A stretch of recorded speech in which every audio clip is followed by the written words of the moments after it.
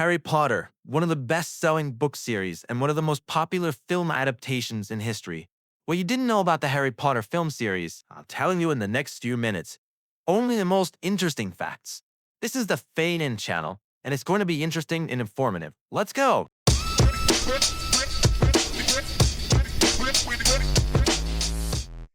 Let's start with the film Harry Potter and the Philosopher's Stone. Worldwide, except in the USA, the film was released under the title Harry Potter and the Philosopher's Stone. However, in the North American release, the title was changed to Harry Potter and the Sorcerer's Stone. This is exactly why all scenes that mention the Philosopher's Stone were filmed twice. In the first version, the actors say Philosopher's Stone, and in the second version, Sorcerer's Stone. Initially, the main contender for the director's position was Steven Spielberg.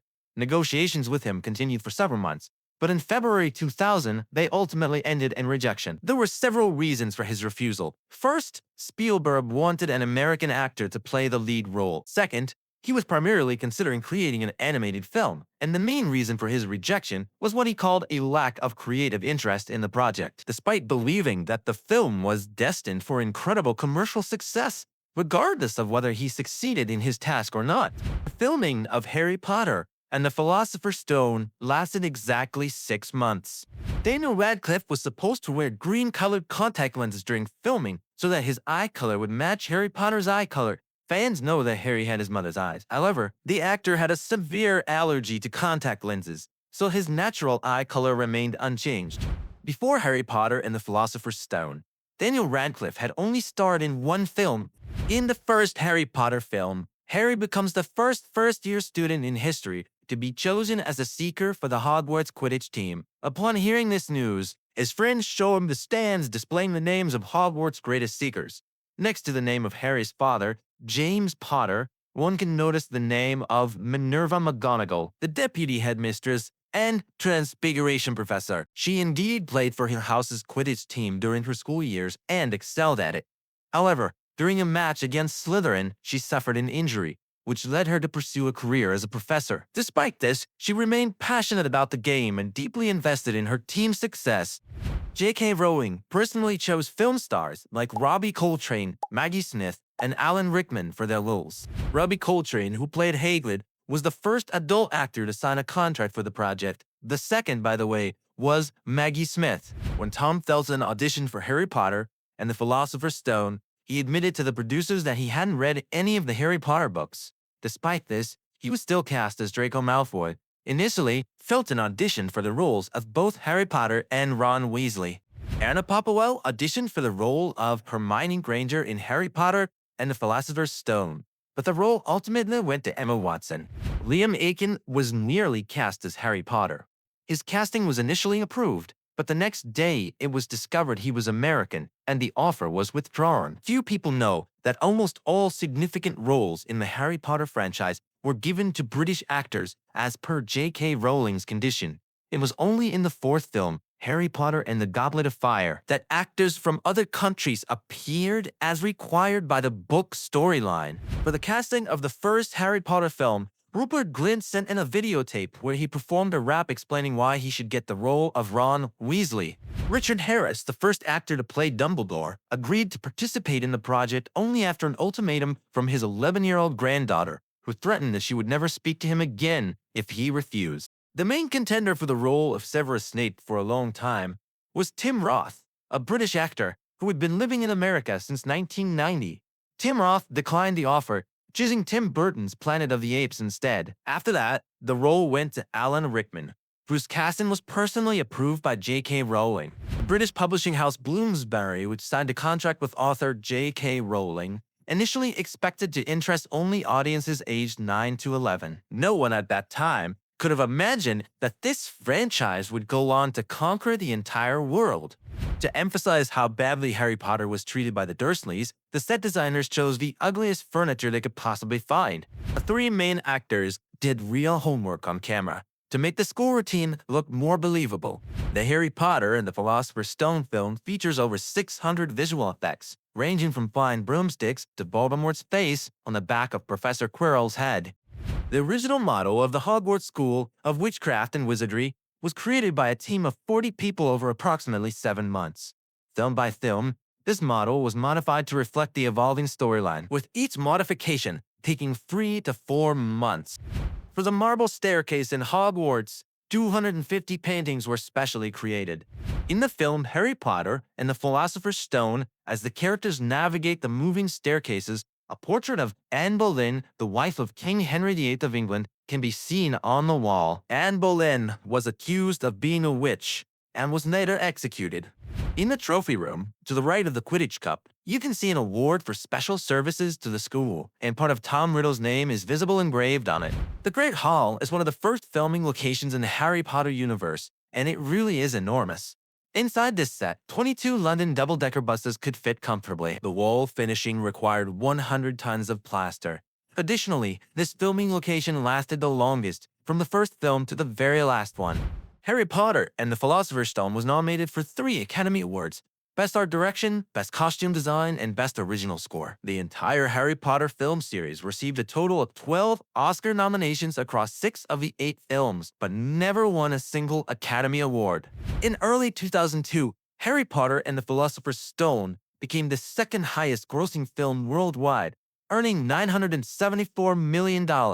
However, it never surpassed Titanic as the highest grossing film of all time. The record it held was brief, as it was soon overtaken by other films, including The Lord of the Rings, The Two Towers later that year.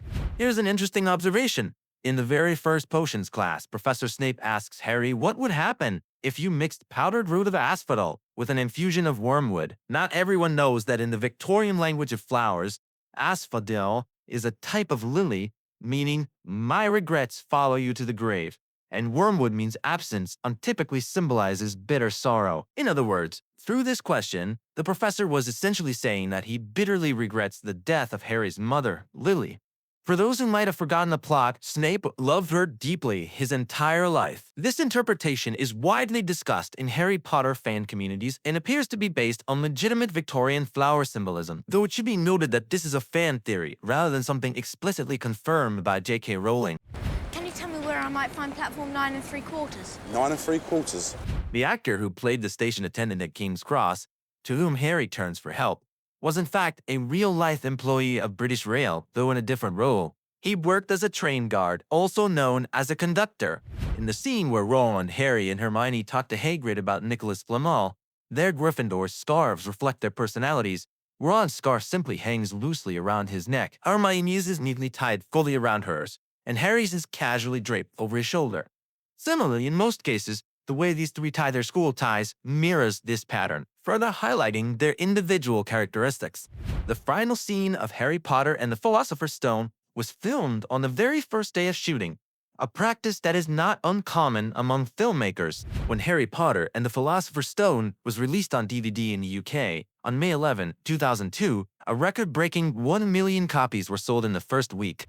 Filming for the second film, Harry Potter and the Chamber of Secrets, began just 3 days after the theatrical release of Harry Potter and the Philosopher's Stone and lasted for 9 months.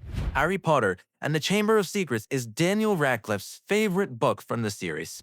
Many Harry Potter fans had to go to the theater to see Scooby-Doo just to catch the trailer for the second film about the young wizard, as the Harry Potter and the Chamber of Secrets teaser was shown exclusively during screenings of Scooby-Doo. In scenes where Hogwarts students were petrified in Harry Potter and the Chamber of Secrets, specially constructed life-size models were used instead of actors. The snake-covered door to the Chamber of Secrets in Harry Potter and the Chamber of Secrets is not a special effect, but a real, fully functional mechanism that still works to this day. Harry Potter and the Chamber of Secrets was the final role for Richard Harris, who passed away 3 weeks before the film's theatrical release. The greeting salute exchanged by Harry and Draco Malfoy before their duel is, of course, a modified version of the salute used by fencers. In the UK, ticket sales for the second film, Harry Potter and the Chamber of Secrets, began more than a month before the movie's theatrical release. Originally, the role of Gilderoy Lockhart was offered to Hugh Grant, who gave preliminary consent but later turned it down due to commitments to other projects. The actor has since stated in numerous interviews that he regrets this decision for many years. The line spoken by Lucius Malfoy, "I'm sure Mr. Potter will always be around to save the day," was a complete improvisation by Jason Isaacs. The actress who played Moaning Myrtle The oldest among the cast portraying Hogwarts students in the Harry Potter films was 37 years old at the time. As you can imagine, she is now well over 50. Interestingly, Harry Potter and the Chamber of Secrets is the only one of the first 4 films in the Harry Potter series that did not receive a single Oscar nomination. To realistically depict the self-knitting needles floating and working in the air in the Weasley family home in Harry Potter and the Chamber of Secrets, one member of the film crew convinced their mother to let them observe and film her knitting for several hours as a reference. The role of young Hagrid was played by Robbie Coltrane's stunt double, Martin Bayfield, who portrayed the character in all films of the Harry Potter movie franchise where he appeared. Additionally, to achieve a more complete match, Robbie Coltrane provided the voice for young Hagrid. Film the scene in Harry Potter and the Chamber of Secrets where Harry and Ron crash into the Whomping Willow. 14 Ford Anglia cars were destroyed. During the filming of scenes with Dobby in Harry Potter and the Chamber of Secrets, the actors looked at and spoke to a tennis ball attached to the end of a long pole, which indicated where the character was positioned at any given moment. Dobby was later added using computer-generated imagery. Rupert Grint, much like his character Ron Weasley, is afraid of spiders. His arachnophobia is so intense that he has never been able to watch the scene featuring himself with the giant spiders in Harry Potter and the Chamber of Secrets. To understand how vile, unpleasant, and off-putting his character should be, actor Jason Isaacs, who played Lucius Malfoy, reviewed all the scenes featuring Tom Felton as his son, Draco Malfoy, in the first film. Initially, Lucius Malfoy was not intended to have long hair. However, when Jason Isaacs took on the role, he requested changes to the hairstyle to distinguish himself from his on-screen son Draco. To keep the hair from covering his face, Isaacs had to tilt his head back, which further emphasized his character's snobbish demeanor, as it made him appear as though he was looking down on everyone. Initially, Daniel Radcliffe, the lead actor in Harry Potter and the Chamber of Secrets, was offered a modest fee of £125,000. Upon learning of this glaring injustice, the British Actors Union intervened, and after negotiations, the young actor's salary was raised to £2 million, equivalent to approximately $3 million. Alright, let's dive into the third film, Harry Potter and the Prisoner of Azkaban. To get to know the 3 lead actors, director Alfonso Cuarón asked each of them to write an essay about their characters in the first person for Harry Potter and the Prisoner of Azkaban. Emma Watson, true to her Hermione-like nature, went above and beyond, producing a 16-page essay. Daniel Radcliffe wrote a simple 1-page summary, while Rupert Grint didn't turn in anything at all. Remember the story about the scarves and ties reflecting their personalities. This situation is much the same. Rupert, by the way, justified his decision by saying that Ron would never write an essay, to which Cuarón responded that Grint truly understood his character. Directing Harry Potter and the Prisoner of Azkaban was initially offered to Guillermo del Toro, but he chose to work on Hellboy instead. Whether this was the right decision is up to you to decide. There were also rumors that Steven Spielberg was offered the chance to direct Harry Potter and the Prisoner of Azkaban, but it didn't work out.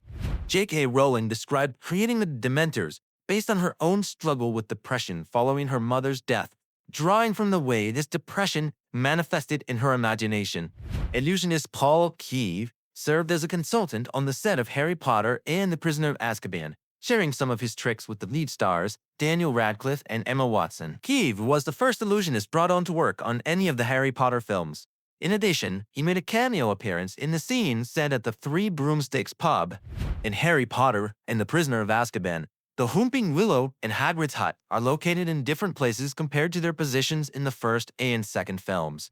By the way, Ewan McGregor was considered for the role of Professor Lupin in Harry Potter and the Prisoner of Azkaban, though it ultimately went to David Thewlis. Filming for Harry Potter and the Prisoner of Azkaban had to be paused due to a vandalism attack on the Hogwarts Express. For those who may not know or remember, this rare steam locomotive, rented by Warner Brothers from the West Coast Railway Company, was covered in graffiti in September 2003. The damage, which included silver and green spray paint on 2 carriages, amounted to over £3,000 in repairs. The creation of the Dementors for Harry Potter and the Prisoner of Azkaban took the visual effects team approximately 6 months. While working on Harry Potter and the Prisoner of Azkaban, Director Alfonso Cuarón had the idea that when a Dementor approaches the Hogwarts Express, the rain would turn to ice. However, due to a strong Mexican accent, the visual effects team misheard ice as eyes. They proceeded to create storyboards depicting eyes falling from the sky. Understandably shocked, Cuarón immediately corrected the mistake. Clause in Alfonso Cuarón's contract for Harry Potter and the Prisoner of Azkaban explicitly prohibited him from swearing in front of the child actors on set. Remember the scene where Hermione punches Draco? During rehearsals for that scene, Tom Felton told Emma Watson to hit him, meaning it should look realistic, but be staged, like a pretend punch. He was shocked when Emma actually struck him in the face as hard as she could. Emma later said she felt terrible about it, unsure what she was thinking at the time. The bats shown in Hagrid's hut were real. They were particularly difficult to train, and Daniel Radcliffe noted that they frequently urinated everywhere. The trainers kept the bats under control by using food as a reward, with bananas being their favorite treat, by the way. The tattoos on the body and arms of Sirius Black were inspired by Russian prison tattoos, markings that identify a person as someone to be feared and respected within the criminal underworld. Symbols on Sirius Black's wanted poster translate to more or less human. J.K. Rowling explained Ron's fear of spiders as stemming from a childhood trauma at age 3, when, in retaliation for Ron breaking his broomstick, his brother Fred turned Ron's teddy bear into a spider. Harry Potter and the Prisoner of Azkaban is the only film in the Harry Potter series that failed to surpass the $800 million threshold in worldwide box office earnings. Fourth film, Harry Potter and the Goblet of Fire, was initially intended to be titled Harry Potter and the Triwizard Tournament. Alternative titles considered for the fourth book included, first, Harry Potter and the Death Eaters, second, Harry Potter and the Fire Goblet, and finally, Harry Potter and the Three Champions. Mike Newell, the first British director to helm a Harry Potter film, received a salary of just $1 million for his work on the fourth installment, Harry Potter and the Goblet of Fire.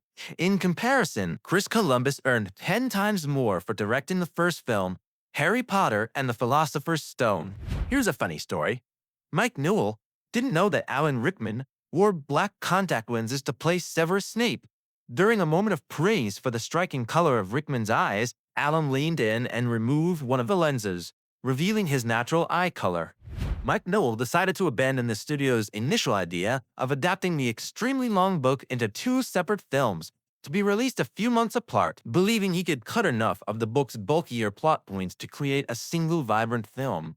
It was Alfonso Cuarón, the director of the previous film, Harry Potter and the Prisoner of Azkaban, who convinced him that this was the only right decision. In February 2004, over 3,000 young applicants showed up for the casting call for the role of Cho Chang. Katie Ling wasn't initially planning to audition for the role. Her father told her about the casting call, and while on her way to the shops, she decided to stop by and see what the audition process was like.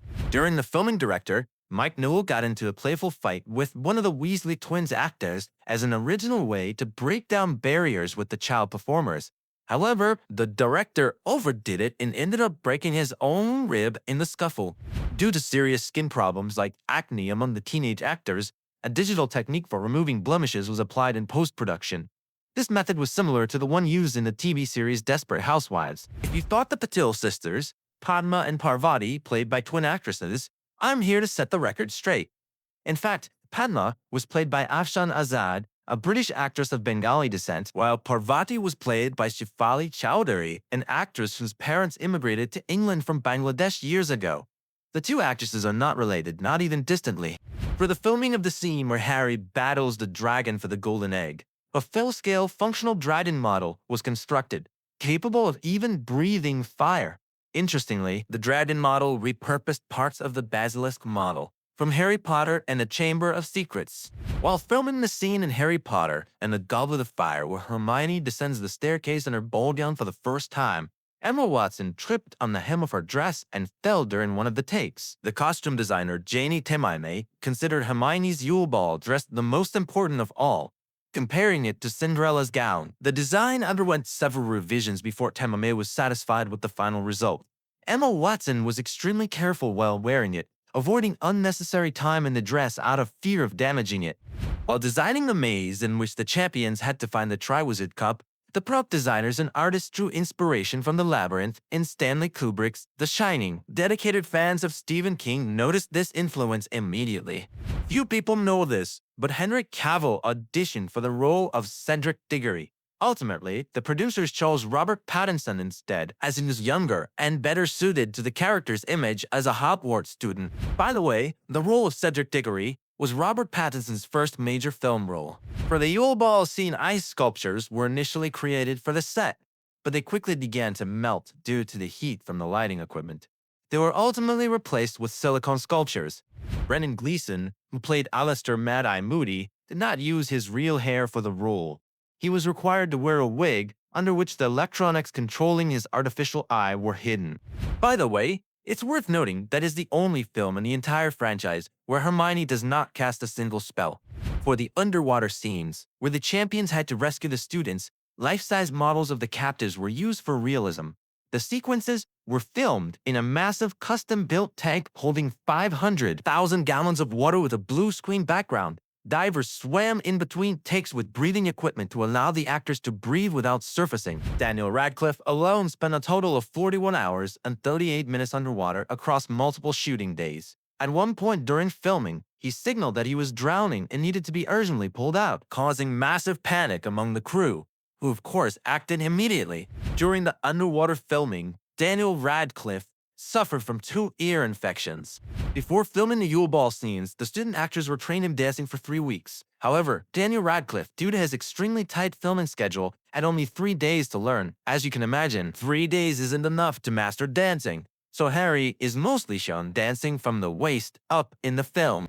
Michael Gambon, who played Albus Dumbledore in Harry Potter and the Goblet of Fire, secretly hid cigarettes in his costume's beard or pockets to smoke between takes.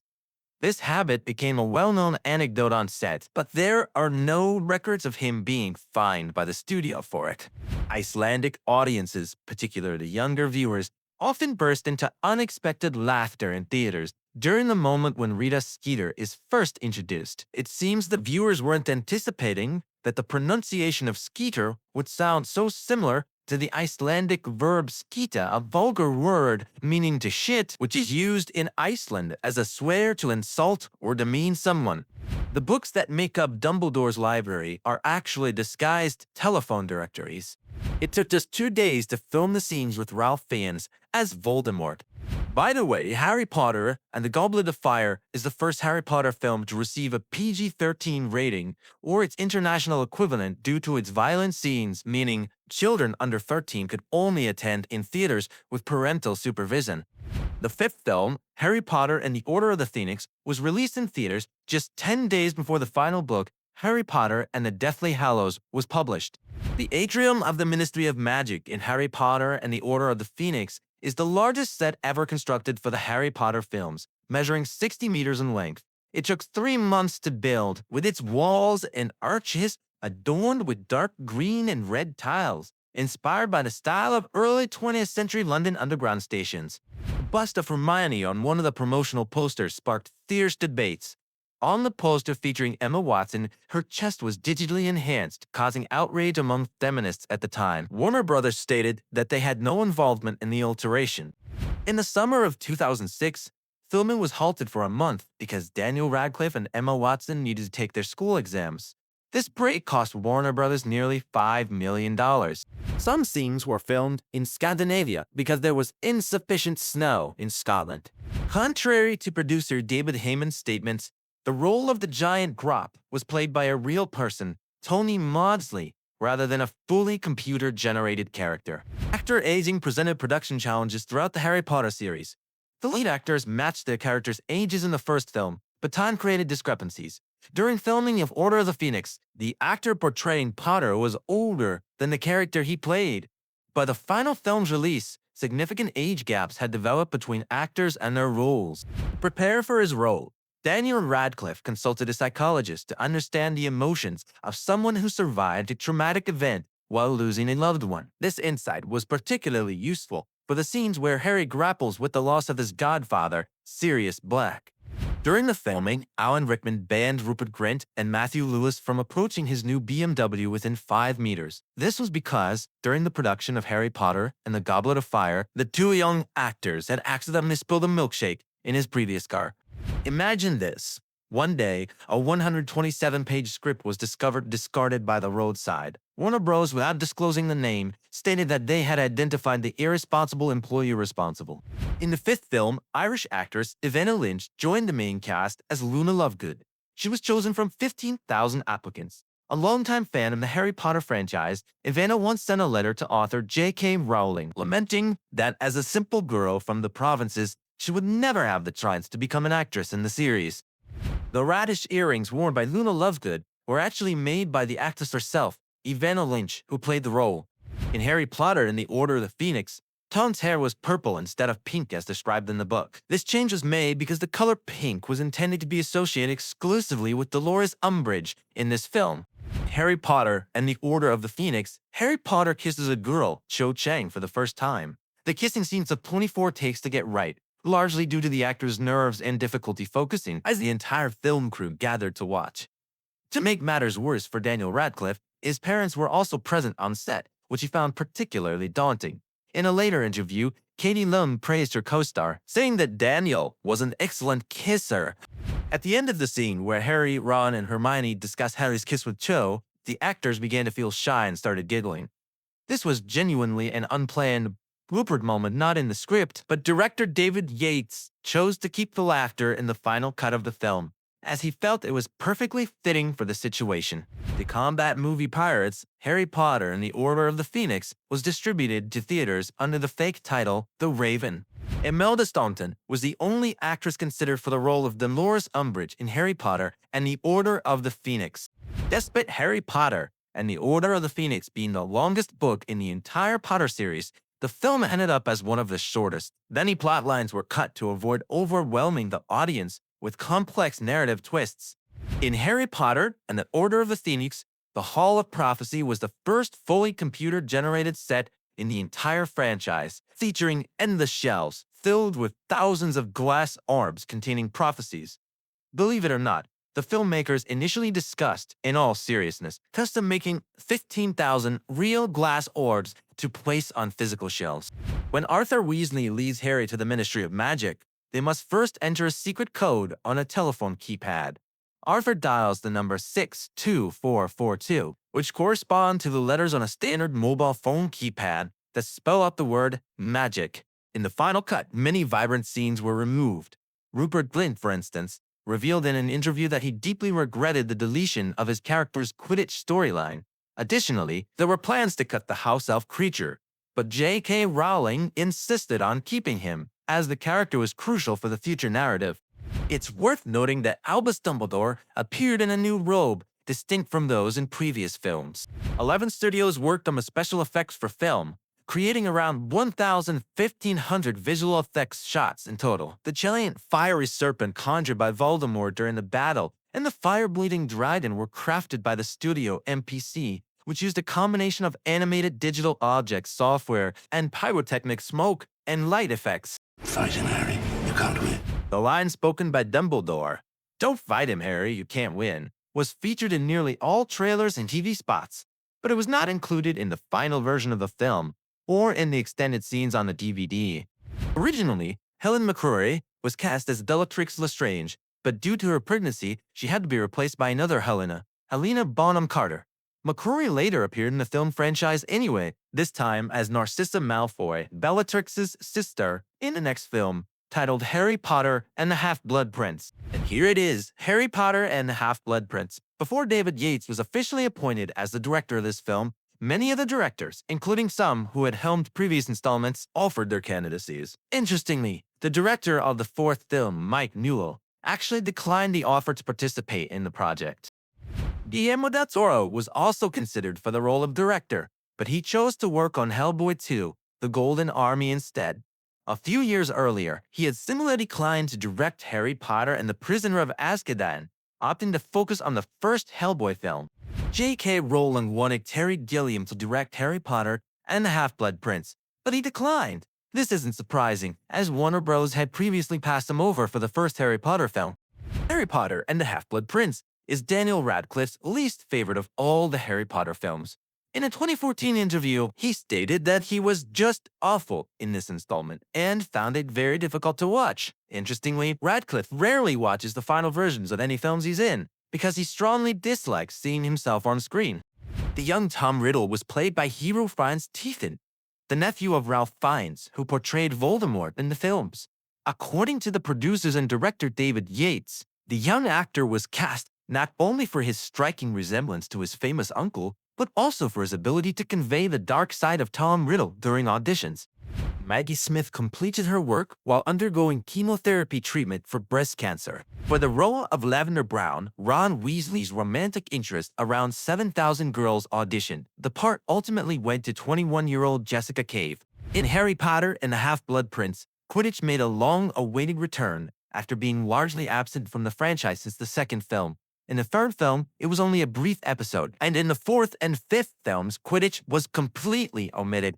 There were long-standing rumors that Christian Coulson, who played the young Tom Riddle in the second film, Harry Potter and the Chamber of Secrets, would return to the role in the sixth installment. However, by the time of filming, the actor was already 30 years old, making it clear that he was too old for the part. Instead, character was portrayed by Frank Delane. Returning to Narcissa Malfoy, Naomi Watts was originally set to play her, but due to scheduling conflicts, she had to decline the role. Nikki Reed was also considered for the role of Draco Malfoy's mother, Narcissa Malfoy, but it was ultimately decided that she was too young for the part. In the flashback scenes depicting the Dark Lord, predominantly green hues were used to visually emphasize that Tom Riddle is the last descendant of Salazar Slytherin. In an early version of the script, Dumbledore utters a line invented by the screenwriter about how, in his youth, he loved a girl from the Muggle world. However, when J.K. Rowling read this excerpt, she immediately pointed it out to the screenwriter, explaining that Dumbledore is gay. Soon after, the author revealed this to the world. Debates about Dumbledore's sexuality continue to this day. Costumes for Horace Slughorn were meticulously designed to appear expensive and elegant, yet slightly worn and outdated. This was intentional, as his clothing was meant to look as though it had been stored in a suitcase since his previous departure from Hogwarts. A significant oversight is that the book's events take place in 1996, 1997, yet the film opens with the destruction of the Millennium Bridge. This is an error because the bridge was constructed in 1998 and could not have been destroyed at that time. The screenwriters removed a battle scene between the Order of the Phoenix and the Death Eaters from the end of film. This was done to avoid repetition, and as they didn't want to overshadow the upcoming Battle of Hogwarts in the final part. We're almost at the finish line, and here we are with Harry Potter and the Deathly Hallows, Part 1. Guillermo del Toro was very keen to direct Harry Potter and the Deathly Hallows, Part 1, but after twice choosing Hellboy films over Harry Potter projects, it's no surprise that the studio declined his involvement. There are several references to Soviet art. Production designer Stuart Craig drew inspiration from Soviet architecture and sculpture of the Stalinist era when creating the film's interior sets. According to him, the appearance of the Ministry of Magic's main hall was specifically inspired by the visual style of Moscow metro stations, particularly Ploshchad Revolutsy Revolution Square. For the filming of scenes involving Dobby and Creature, actors with dwarfism were hired to wear costumes, allowing for natural interaction with other actors during shooting.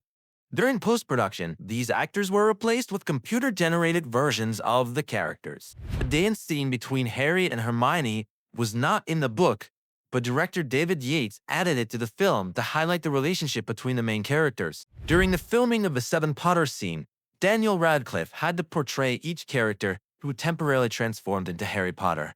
In an interview, the actor said that playing Rupert Grint's Ron was easy, given their long friendship, and mimicking Andy Linden's Mundungus Fletcher was also straightforward due to his distinctive mannerisms. However, capturing Fleur Delacour's transformation into Harry proved challenging for Daniel. He and director David Yates reviewed rehearsal takes together, pinpointing unsuccessful gestures or facial expressions. The scene was so complex that Daniel estimated it required around 90 takes to get right. As you may recall, due to the attack on the Ministry of Magic alongside 11 other Death Eaters, and an attempt to steal the prophecy, Lucius Malfoy was arrested and sent to Azkaban at the end of Harry Potter and the Order of the Phoenix. Jason Isaacs, who played Lucius, initially feared he wouldn't return, believing that his character's arrest and imprisonment would result in very little, if any, screen time in the film. When meeting J.K. Rowling, he pleaded with her to have his character released from Azkaban, and ultimately he received ample screen time. According to producer David Heyman, the initial runtime of Harry Potter and the Deathly Hallows during production was approximately 5.5 hours, with the script spanning around 500 pages, which fully justified the decision to split the film into 2 parts. Upon seeing the interior and decorations of Hermione's bedroom, Emma Watson told the set decorators that there should be more books, which they happily added. Harry Potter and the Deathly Hallows, Part 1, is the only film in the franchise in which actress Maggie Smith did not participate. Over 500 wands were created. They were checked and registered before, during, and after each shooting day, with many returned broken. The exterior scenes of Malfoy Manor were filmed at the world-renowned, centuries-old Hardwick Hall. And finally, Harry Potter and the Deathly Hallows, Part 2. During the filming of the finale, the issue of the young actors' ages was a significant concern. In J.K. Rowling's books, each story covers 1 year of the characters' lives, with 7 books in total. However, the films were released over a longer interval, and there were 8 films in total. As a result, by the final film, the age difference between the actors and the characters they portrayed reached approximately 4 years, meaning the actors were no longer teenagers in the cinematic version. In Harry Potter and the Deathly Hallows, Part 2, it is revealed that Professor Snape was once in love with Harry Potter's mother, Lily. Alan Rickman, who played Snape, was the second person in the world after J.K. Rowling to know about this plot twist, learning it from the author herself. Nearly 10 years before the finale, Rowling shared this detail with him, believing it would help him shape the character. According to Tom Felton, Voldemort's awkward hug with Draco Malfoy was an improvisation by Ralph Fiennes, and Felton's reaction of not knowing what to do was genuine. In every scene where Voldemort and Bellatrix Lestrange appear together, she is always positioned to his right, symbolizing her role as his most loyal and trusted follower. Tom Felton, who played Draco Malfoy in the Harry Potter films, insisted that the role of his character's wife, Astoria Greengrass, in the epilogue of Harry Potter and the Deathly Hallows, Part 2, go to his then-girlfriend, actress Jade Olivia Gordon. They broke up in 2016. Emma Watson and Rupert Grint were, to put it mildly, not thrilled about filming the kiss scene between Hermione and Ron, which required a total of 10 takes. It was horrible, Rupert recalled about the moment. Rupert Grint always believed that his character, Ron Weasley, would be killed off by the end of the Harry Potter story. He shared, "I was convinced that one of the main characters would die in the end, and I thought it would most likely be Ron because Harry is the main hero of the books, and Hermione is the girl. In short, I'm grateful to J.K. Rowling for deciding to keep all 3 of them alive." During the filming of the Gringotts vault scene, 210,000 coins were specially created for Bellatrix Lestrange's vault, later multiplied through visual effects in post-production. The music for both final parts of Harry Potter and the Deathly Hallows was composed by Alexander Desplat. By the way, his favorite character was the house elf Dobby, for whose scenes he enjoyed creating music. For the publication of the final book, Daniel Radcliffe asked J.K. Rowling if his character, Harry Potter, would die in the end. After a pause, Rowling gave him a very cryptic response. "You get a death scene." When Emma Watson was still very young and asked in an interview how she would feel about kissing scenes with Daniel Radcliffe or Rupert Grint, she replied, "No chance, it's not written in my contract." However, by the end of the Harry Potter story, she had to kiss both of them. By the way, this is the only film in the franchise where Hermione flies a broom. For the final film, the Hogwarts model was created digitally, unlike the physical miniature model used in previous films. The filmmakers intended for Voldemort's appearance to subtly change with the destruction of each Horcrux. As each Horcrux is destroyed, his eyes become increasingly bloodshot, and his skin develops minor imperfections. The worldwide box office gross for the 8th film, Harry Potter and the Deathly Hallows Part 2, exceeded $1.34 billion, making it the highest-grossing film in the entire series. It's impossible to list everything in one video, of course, but which of the facts in this video surprised you the most? Let us know in the comments below. This is the Fade In channel. See you soon!